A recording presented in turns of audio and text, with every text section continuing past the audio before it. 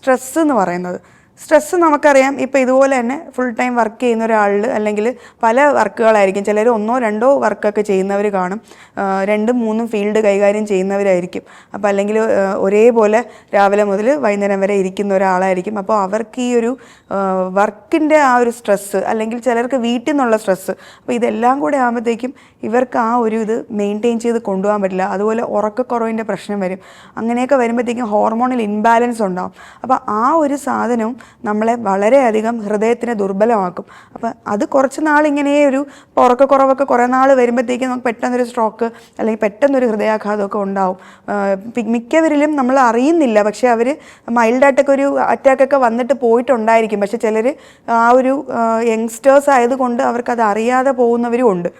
പിന്നീടൊരു massive അറ്റാക്കൊക്കെ വരുമ്പോഴായിരിക്കും അവർ തിരിച്ചറിയുന്നത്, നേരത്തെ ഒരു അറ്റാക്ക് വന്നിട്ടുണ്ട്, മൈൽഡ് അറ്റാക്ക് വന്നിട്ട് പോയിട്ടുണ്ടെന്നൊക്കെ അപ്പോഴായിരിക്കും അവർ മനസ്സിലാക്കുന്ന പോലും. അപ്പോൾ ഈ ഒരു സ്ട്രെസ്സ് ഫാക്ടറും നമ്മൾ ശ്രദ്ധിക്കേണ്ട ഒരു കാര്യം തന്നെയാണ്.